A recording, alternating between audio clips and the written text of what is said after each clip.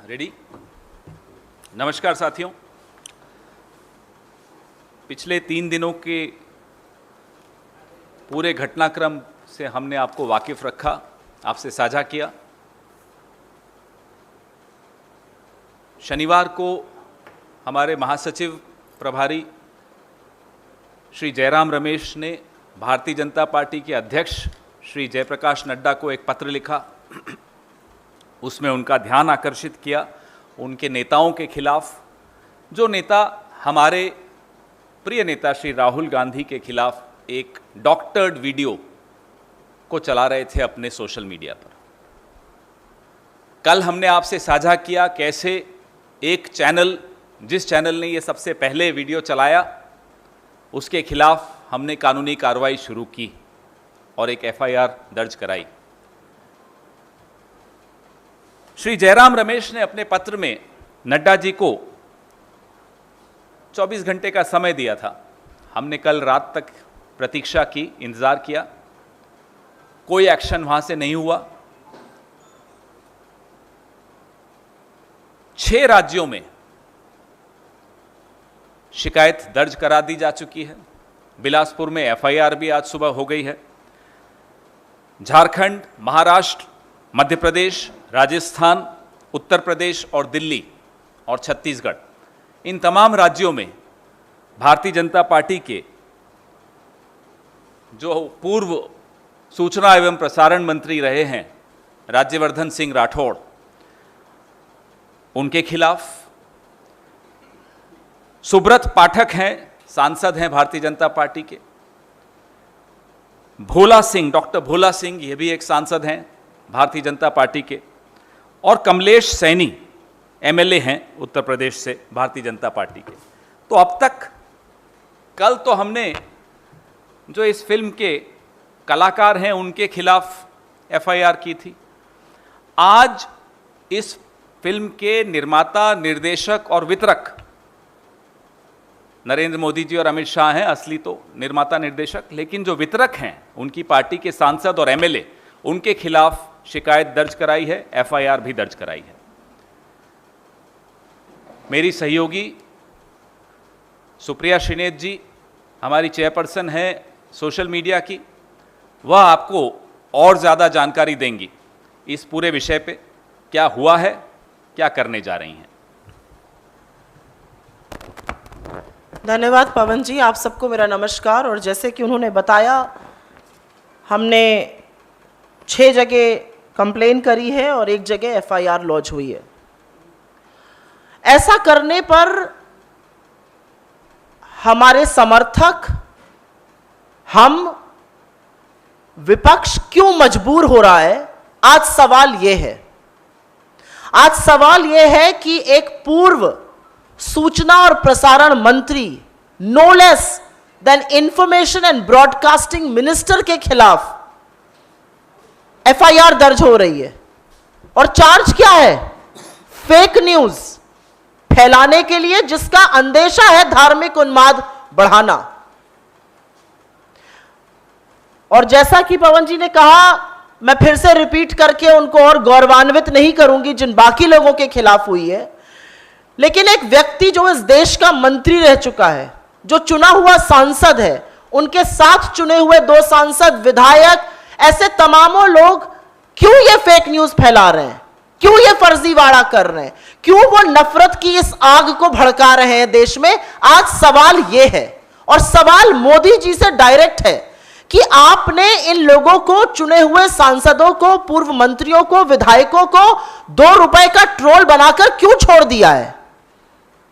एक सत्य यह है कि उनके पास कुछ काम करने को नहीं है, होता सब पीएमओ से है तो बेचारे खाली बैठकर क्या करें। दूसरा सत्य यह भी है कि जितनी नफरत आप भड़काइएगा, जितना झूठ आप फैलाइएगा, जितनी गंद आप करिएगा, उतनी ज्यादा आपका प्रमोशन भारतीय जनता पार्टी में होगा। एक आईएनबी मिनिस्टर वो थे जिनके खिलाफ आज एफआईआर हुई है, और एक आईएनबी मिनिस्टर हमारे अभी प्रेजेंट हैं जिन्होंने जो बात दिल्ली दंगों के दौरान कही थी, हंसकर कही थी, उनकी पदोन्नति हो जाती है।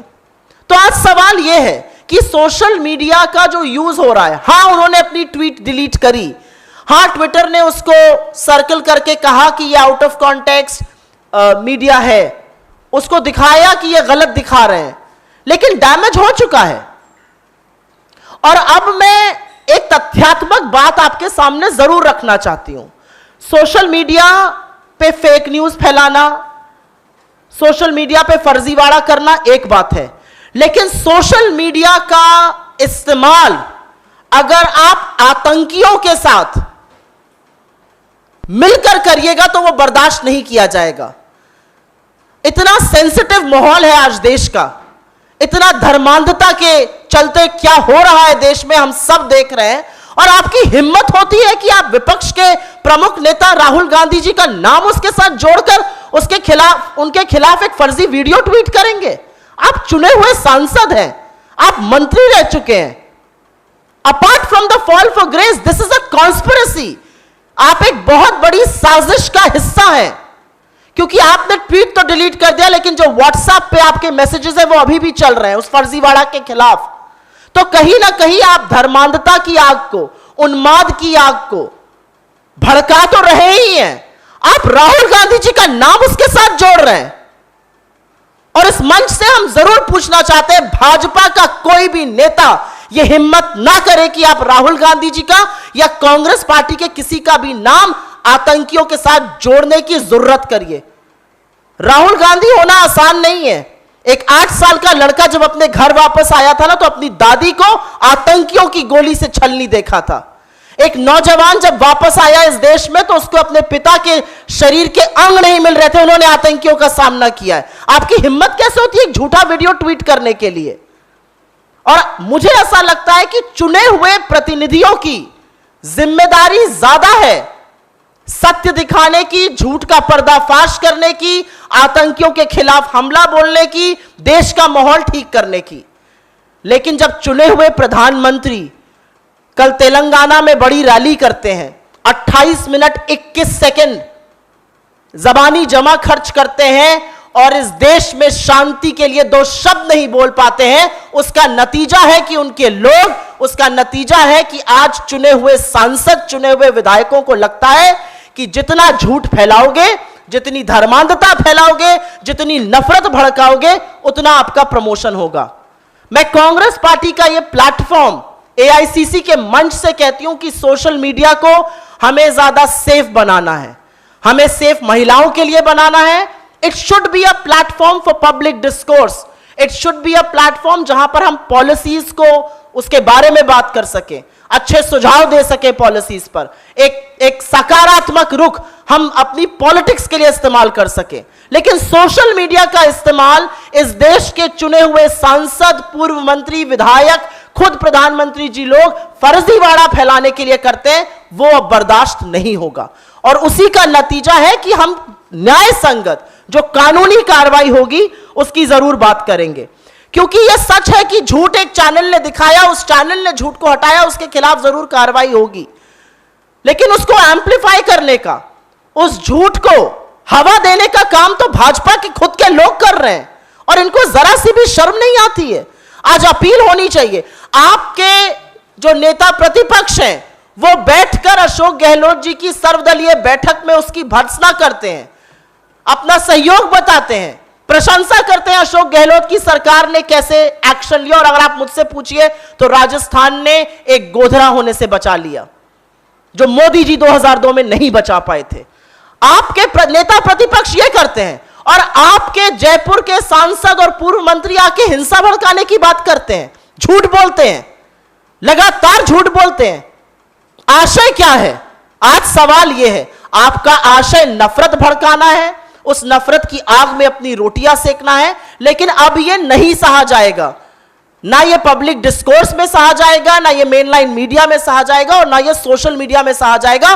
और खास तौर से अगर आपने कांग्रेस के शीर्ष नेतृत्व और हमारे नेता राहुल गांधी जी के खिलाफ इस तरह का दुष्प्रचार किया, तो उसके परिणाम आपको भुगतने पड़ेंगे, और परिणाम भुगतना जरूरी है, क्योंकि आप 2 रुपल्ली के ट्रोल अगर बनने को तैयार हैं, तो जो 2 रुपल्ली के ट्रोल के साथ होना चाहिए वही आपके साथ न्याय संगत कानूनी कार्यवाही होगी। धन्यवाद। पवन जी, जिस तरह से अगर देखें उदयपुर घटना का जो आरोपी है उसके संबंध भाजपा के नेताओं से मिले हैं। अगर कश्मीर की बात, कश्मीर के एक आतंकवादी जो खुद भारतीय जनता पार्टी का IT सेल का प्रदेश सबसे बड़ा पदाधिकारी है, क्या कहना चाहेंगे? ये पहली बार नहीं हो रहा, लगातार एक के बाद एक उदाहरण आपको मैं बता सकता हूं जब भारतीय जनता पार्टी के लोग आतंकियों के साथ शामिल पाए गए या आतंकी भारतीय जनता पार्टी के सक्रिय सदस्य। ध्रुव सक्सेना से शुरू कीजिए। ध्रुव सक्सेना ISI के साथ जुड़ा हुआ पाया गया। कौन था ध्रुव Saxena? Office bearer Bharatiya Janata party. उसके बाद आप देखिए सतना में टेरर फंडिंग केस 2017 में 2019 में बलराम सिंह, यह भी भारतीय जनता पार्टी का एक वर्कर सतना से गिरफ्तार हुआ। कश्मीर में भारतीय जनता पार्टी की टिकट पर दक्षिण कश्मीर में एक अरेस्ट हुआ, वह हथियार सप्लाई करता था आतंकवादियों को। मैं उसका भी विनीत जी को कहूंगा कि आपके व्हाट्सएप ग्रुप से भेज देंगे, जो उसका नॉमिनेशन पेपर है। तारिक अहमद मीर उसका नाम था। अहमद जो थे वो नवीद बाबू नाम के व्यक्ति को हथियार सप्लाई करते थे। ये सब मीडिया ने क्यों नहीं चलाया, यह बहुत बड़ा सवाल है। हो सकता है कोई दबाव हो। DSP देविंदर सिंह, उसका तो जो ऑर्डर LG ने निकाला उसमें लिखा कि we are satisfied that in the interest of the security of state it is not expedient to hold an inquiry in the case of Devinder Singh. राष्ट्र हित में देविंदर सिंह के खिलाफ जांच नहीं होनी चाहिए, ये LG लिख कर दे रहे हैं। बताइए कौन सा राष्ट्र हित है, ये किसका हित साध रहे हैं? सरेआम DSP देविंदर सिंह आतंकवादियों के साथ, हथियारों के साथ रंगे हाथों पकड़ा जाए, उसके बाद उसको आप सिर्फ नौकरी से बाहर कर दो और कहो इंक्वायरी की आवश्यकता नहीं है। अफजल गुरु ने DSP देविंदर सिंह का नाम कितनी बार लिखा है, वह भी आपको चलाना चाहिए। राष्ट्रहित उसी में है। उसके बाद उदयपुर का हमने आपको बताया कैसे रियाज अतारी, उसको 2019 के नवंबर में भारतीय जनता पार्टी के सदस्यता अभियान में भारतीय जनता पार्टी के जिलाध्यक्ष, भारतीय जनता पार्टी का सदस्य बनाते हुए उसकी तस्वीर हमने आपको जारी की। उससे ज्यादा बड़ा सबूत क्या हो सकता है? कल जो कश्मीर में ग्रामीणों ने एक आतंकवादी पकड़ा, वह भारतीय जनता पार्टी की IT सेल, माइनॉरिटी मोर्चा की IT सेल का प्रभारी निकला, स्टेट का। तो एक के बाद एक अगर इतने उदाहरण, आसाम के भी कुछ उदाहरण हैं। अब एक मोहम्मद फारूक खान, एक कन्विक्टेड टेररिस्ट, मसूद अजहर ने उसको ट्रेन किया, JKLF का मेंबर था, municipal election ward number 33 Srinagar से भारतीय जनता पार्टी की टिकट पे लड़ता है। इससे बड़े उदाहरण कुछ मिल सकते हैं आपको किसी और पार्टी में? ये राष्ट्रवादी अपने आप को कहते कैसे हैं? गलती हो जाए, एक आध कोई आपकी पार्टी में घुस गया हो, आतंकवादी निकले, चलो समझ में आता है, नहीं आपने ध्यान दिया होगा। गृह मंत्री के पीछे बैठा था कल जो गिरफ्तार हुआ आतंकवादी, गृह मंत्री के साथ उसकी फोटो है। गृह मंत्री खुद सुरक्षित नहीं है, अगर उन्हें जानकारी नहीं थी तो ये बहुत हैरानी की बात। कल रविंद्र रैना के साथ उसकी फोटो जारी हुई। जम्मू कश्मीर एक बहुत सेंसिटिव स्टेट रीजन है, वहां आप देख रहे हैं कि आतंकवादी ना केवल भारतीय जनता पार्टी का ऑफिस बेरर है, अमरनाथ यात्रा पे हमले की योजना बनाने वाला व्यक्ति एक चित्र में गृह मंत्री के पीछे बैठा हुआ पाया जाए। बताइए इस देश की हालत क्या बना दी। इसलिए जांच ऐसी होनी चाहिए, किसके तार कहां जुड़े हैं इस देश को अब मालूम होना चाहिए।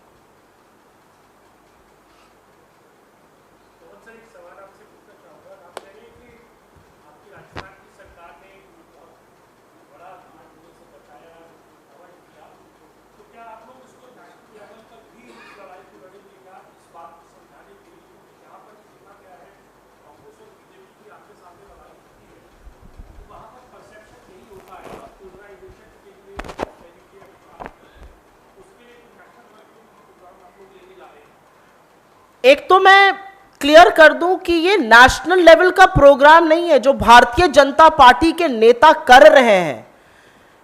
एक जगह धर्मांधता के चलते बर्बरता पूर्वक एक हत्या होती है, जो हत्यारा है उसके संबंध भारतीय जनता पार्टी से उजागर होते हैं। धन्यवाद हो गहलोत सरकार का, जिन्होंने कड़ी कार्रवाई और डिसाइसिव एक्शन लिया। लेकिन भारतीय जनता पार्टी के चुने हुए सांसद उस माहौल को बिगाड़ने की कोशिश करते हैं। अगर यह देशद्रोह नहीं है तो देशद्रोह क्या है?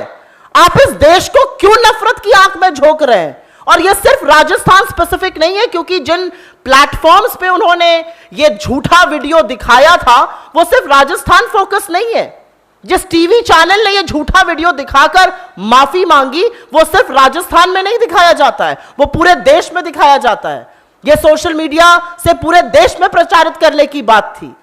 आप राहुल गांधी के खिलाफ एक फेक न्यूज कैंपेन 8 सालों से चला रहे हैं, लेकिन राहुल गांधी जी के खिलाफ आप इस घटिया स्तर पर उतर आएंगे कि आप इस देश को जलाने की, आप इस देश के टुकड़े करने में भी अचकचाएंगे नहीं। देशद्रोह अगर ये नहीं है तो देशद्रोह क्या है? और इस देशद्रोह के खिलाफ देश भर में नहीं और हमें ही नहीं, हर व्यक्ति को सोचना चाहिए कि भारतीय जनता पार्टी आखिर कर क्या रही है। आप कौन से राष्ट्रवाद की बात करते हैं? आप इस देश को एक भयानक आग में झोंक रहे हैं, और यह नीचे से नहीं शुरू होता, यह ऊपर से शुरू होता है। जब प्रधानमंत्री रैली में उन शब्दों का प्रयोग करते हैं जो एक 2 रुपए के ट्रोल को भी नहीं करना चाहिए, तो उनके मंत्रियों को, उनके सांसदों को, उनको विधायकों को लगता है झूठ बोलो, नफरत फैलाओ, धर्मांधता फैलाओ, दंगे भड़काओ और भाजपा में प्रमोशन पाओ। इसलिए इसके खिलाफ बोलना जरूरी है और हम बोलेंगे।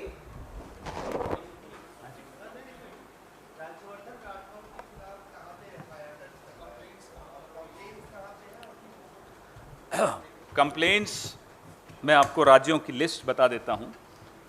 झारखंड, महाराष्ट्र, मध्य प्रदेश, राजस्थान, उत्तर प्रदेश, दिल्ली, बिलासपुर, छत्तीसगढ़। भिजवा देंगे आपको, नाम भिजवा देंगे। एफआईआर बिलासपुर में आज सुबह हुई है, राज्यवर्धन राठौड़ और 4 अन्य के खिलाफ।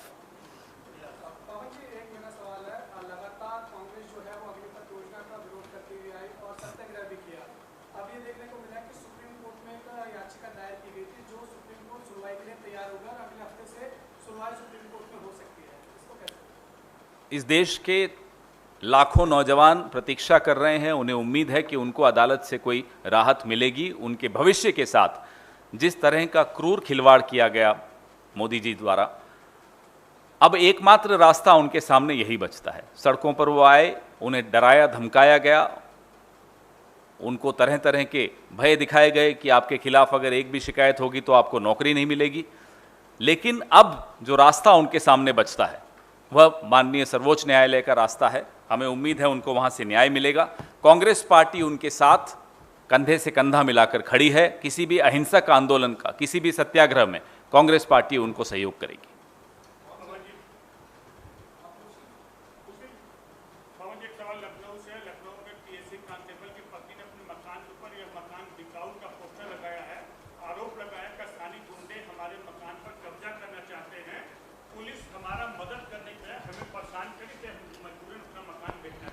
ये मुझे लगता है कि निरंकुश योगी जी का जो पुलिस प्रशासन है उसके मुंह पर एक करारा तमाचा है कि अब सरकारी अधिकारी, सरकारी लोगों को भी सुरक्षा महसूस नहीं हो रही है उत्तर प्रदेश में।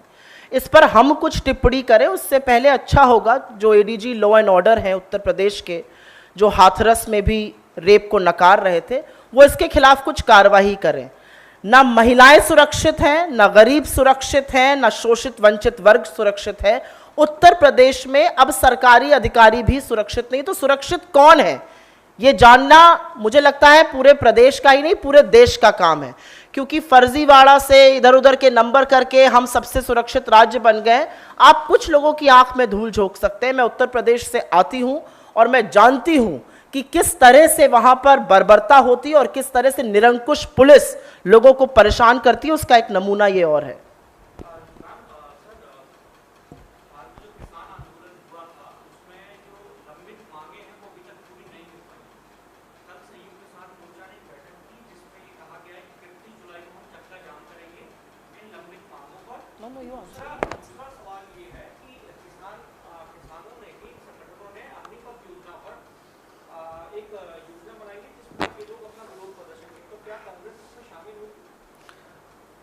जब 1 साल से ऊपर किसान हर मौसम की मार झेलते हुए सड़क पर बैठे थे, तब उस आंदोलन को नैतिक समर्थन कांग्रेस पार्टी का बिल्कुल रहा था और रहेगा। जैसा कि मैंने आपको कहा, किसी भी अहिंसक सत्याग्रह में कांग्रेस उन सत्याग्रहियों के साथ हमेशा खड़ी रहेगी। किसानों के साथ ये पहली बार धोखा हो रहा हो मोदी सरकार द्वारा, ऐसा नहीं है। मोदी सरकार ने सदैव इनके साथ धोखा किया। 2022 तक आय दुगनी कर देनी थी, 2022 के अब 6 महीने खत्म हो रहे हैं। बताइए कितने किसानों की आय दुगनी हुई? आपने पंजाब चुनाव को देखते हुए आनन फानन में उनको वादे किए और काले कृषि कानून लंबित रखे, हटाए, पीछे विड्रॉ किए, लेकिन क्या हुआ एमएसपी का? क्या हुआ उन तमाम वादों का जो आपने उस वक्त किए थे उनका धरना खत्म करने के लिए? यह सोचते हैं कि ये लोगों की आंखों में बार बार धूल झोंक सकते हैं। वो जवान हो, 1 रैंक 1 पेंशन का वादा किया, 9 रैंक 9 पेंशन पे ले आए। वो किसान हो, आय दुगनी करने की बात की, जो आय मिलती थी उससे भी आधी कर दी। तो हर वर्ग के साथ छलावा हुआ है, हर वर्ग अपने आप को ठगा हुआ महसूस करता है। आने वाले कुछ महीनों में लोगों का रोष, लोगों का गुस्सा, हमें इस देश की अब चिंता हो रही है। मोदी सरकार को भी चिंता करनी चाहिए और तुरंत कदम उठाने चाहिए किसानों को राहत पहुंचाने के लिए। नौजवानों, जो बेरोजगारी का रिकॉर्ड टूटा है 45 साल का, उस दिशा में कुछ कदम उठाने चाहिए। अब ये तालियां बटोरने का व्यापार अब इन्हें बंद कर देना चाहिए। नहीं, आप चौथी बार ट्राई कर रहे हैं, पूछिए।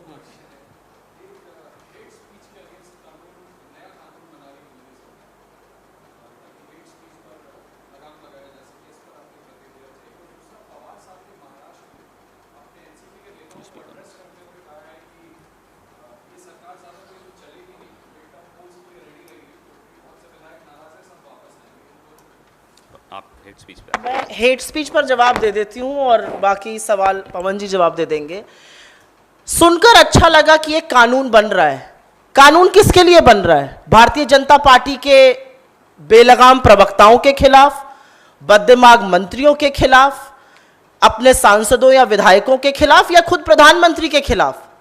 अगर हेट स्पीच हो रही है और अगर उससे हिंसा भड़क रही है, उससे माहौल बिगड़ रहा है, तो 16 पार्टियों ने 4 महीने पहले से आपसे कहा है कि आप आइए, देश को संबोधित करिए, शांति की अपील करिए। आप तेलंगाना जाकर 28 मिनट 21 सेकंड बोलते हैं और क्या बोलते हैं ये समझना मुझे समझ में नहीं आया मोदी जी क्या बोलना चाह रहे थे उस मीटिंग में। लेकिन आप 10 सेकंड के लिए नहीं बोल सकते थे कि आज देश के लोगों से मैं शांति की अपील करता हूं। ऐसा क्या बैर है? राजस्थान के मुख्यमंत्री आपसे जेन्युइनली बोल रहे हैं कि मोदी जी आपको प्रचंड बहुमत मिला था, आइए देश के सामने, यह आपका कर्तव्य है कि देश के सामने आकर शांति की अपील कीजिए। मोदी जी क्यों हिचकिचा रहे हैं? यही तो हम सब लोग समझना चाह रहे हैं, जो हमारी समझ से परे है। तो हेट स्पीच के खिलाफ कानून बनना अच्छी बात है, लेकिन उससे पहले अगर अपनी नेशनल एग्जीक्यूटिव में ही आपने 2 शब्द हेट स्पीच के खिलाफ, अपने तमाम भाषणों में हेट स्पीच के खिलाफ बोल दीजिएगा, आपके भक्त, आपके ट्रोल अपने आप हिंसा भड़काना और धार्मिक उन्माद करने से थोड़ा सा कंट्रोल होंगे। तो लोगों की आंख में धूल झोंकना छोड़ दीजिए, इसकी नैतिक जिम्मेदारी मोदी जी पर है। पता नहीं क्यों अचकचाते हैं, शायद राजनीतिक रोटियां सेकना आसान रहता है। इसी पर सबसे पहला केस हेट स्पीच का एक व्यक्ति हैं जिनके खिलाफ लगना चाहिए, जिन्होंने भाषण में कहा था कि वो कपड़ों से पहचाने जाते हैं। मैं आप पर छोड़ता हूं, उस व्यक्ति का नाम चलाइएगा। उसका नाम मैं बता भी देता हूं, शायद आप नहीं चला पाएँ, उम्मीद करता हूं कहीं लाइव भी चल रहा होगा। उनका नाम है नरेंद्र मोदी और वो इस देश के प्रधानमंत्री हैं। देश के प्रधानमंत्री अपना राजधर्म भूल कर कहते हैं कि कपड़ों से पहचाने जाते हैं। ये होती है हेट स्पीच। और अगर ये हेट स्पीच का कानून रेट्रोस्पेक्टिव इफेक्ट से लगेगा तो सितंबर 2002 में एक व्यक्ति हैं जिन्होंने खैरलांजी में भाषण दिया था, हम पांच हमारे 25, उसका नाम भी नरेंद्र मोदी था, तब वो मुख्यमंत्री था एक राज्य का। तो हेट स्पीच पे वो जरूर कानून लाएं, मगर हमारा निवेदन है उनसे कि रेट्रोस्पेक्टिव इफेक्ट से लाएं। और सबसे पहले इस व्यक्ति जिनका मैंने आपके सामने नाम लिया, पहला केस उनके खिलाफ दर्ज होना चाहिए। दूसरा, आपका सवाल महाराष्ट्र पे था। जो महाराष्ट्र में पिछले 2.5 साल में हुआ, उसकी परिणति यह हुई है, जो आजकल सोशल मीडिया पे जिसको अब ईडी सरकार कहा जाता है, एकनाथ और देवेंद्र फडणवीस की सरकार बनी है, उसके पीछे जो घटनाक्रम हुआ, तमाम एजेंसीज का दुरुपयोग, इलेक्टोरल बॉन्ड्स से और वैसे जिस तरह से अरबों रुपया भारतीय जनता पार्टी पर आरोप है कि उन्होंने कमाया है, उस पैसे का दुरुपयोग और एक छटपटाहट कि सुबह 4 बजे शपथ लेने साहब पहुंच जाते थे और अब वही साहब बीए करने के बाद फिर से 12वीं में आ गए। तो शरद पवार जी जो कह रहे हैं, मेरे हिसाब से वो जानते हैं वो क्या कह रहे हैं, वो बिल्कुल ठीक कह रहे हैं। इस तरह की बुनियाद पर बनी हुई सरकार ज्यादा दिन नहीं टिक सकती।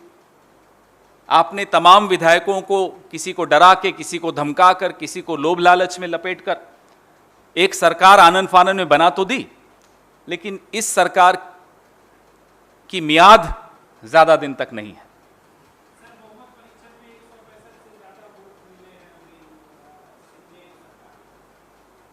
जैसा कि शरद पवार जी ने कहा, और मैं दोहराता हूं, आगे आगे देखिए होता है क्या।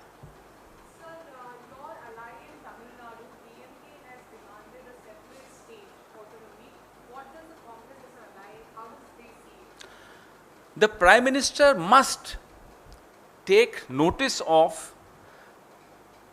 the increasing restlessness of states because there is no respect for the federal structure of the country in the eyes of the BJP government at the center.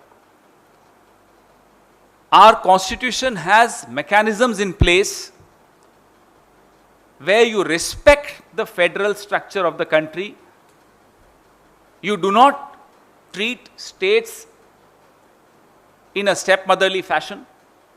You do not try and impose language, culture. Therefore, we appeal to the Prime Minister that please make sure that you as the Prime Minister of India and your government must adhere to the federal integrity of the nation, to the federal structure of the country. हो गया जी? जी।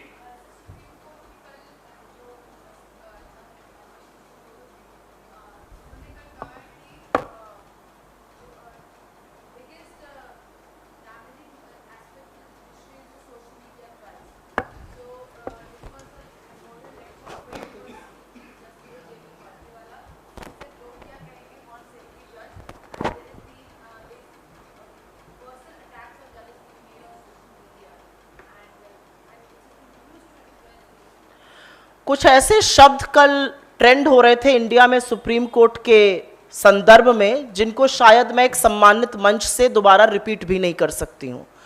कुछ ऐसी बातें भाजपा के नेताओं ने, भाजपा के समर्थकों ने और उनके इशारों पर चल रहे पब्लिकेशंस और प्लेटफॉर्म्स ने सुप्रीम कोर्ट के बारे में कही, जिसको कहना और दोबारा से रिपीट करना मुझे लगता है न्यायपालिका को ही नहीं, एक सभ्य समाज को शर्मसार करना है।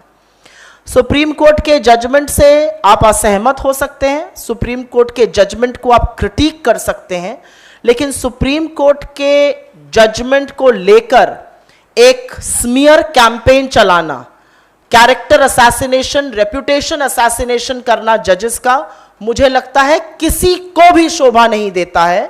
और तब जब सुप्रीम कोर्ट नफरत फैलाने के बारे में उन्मुक्त होकर बोल रहा है, मैं तो आशा करती थी कि बहुत सारी जो बातें बोली गई वो काश लिखित जजमेंट का भी पार्ट होती, लेकिन ये एक मैसेज हम इस प्लेटफॉर्म से उन सब लोगों को देना चाहते हैं कि सुप्रीम कोर्ट और न्यायपालिका की इज्जत करना इसलिए जरूरी है क्योंकि ये बनाना रिपब्लिक नहीं है, यह अराजकता से भरा देश नहीं है। आप बनाना जरूर चाह रहे हैं, किसी हद तक आप सक्सेसफुल भी हो रहे हैं, लेकिन यहां पर न्यायपालिका की इज्जत करना, न्यायपालिका को उनका सम्मान देना जरूरी है। आपकी असहमति हो सकती है, लेकिन जिस तरह की बातें जजेस के बारे में, सुप्रीम कोर्ट के बारे में जिस तरह के शब्दावली यूज करी गई है, कुछ लोगों ने इसके खिलाफ कार्रवाई करने की मांग करी और कोर्ट गए हैं, और हम आशा करते हैं कि सुप्रीम कोर्ट इसका संज्ञान शायद खुद लेना चाहिए इस बात पर।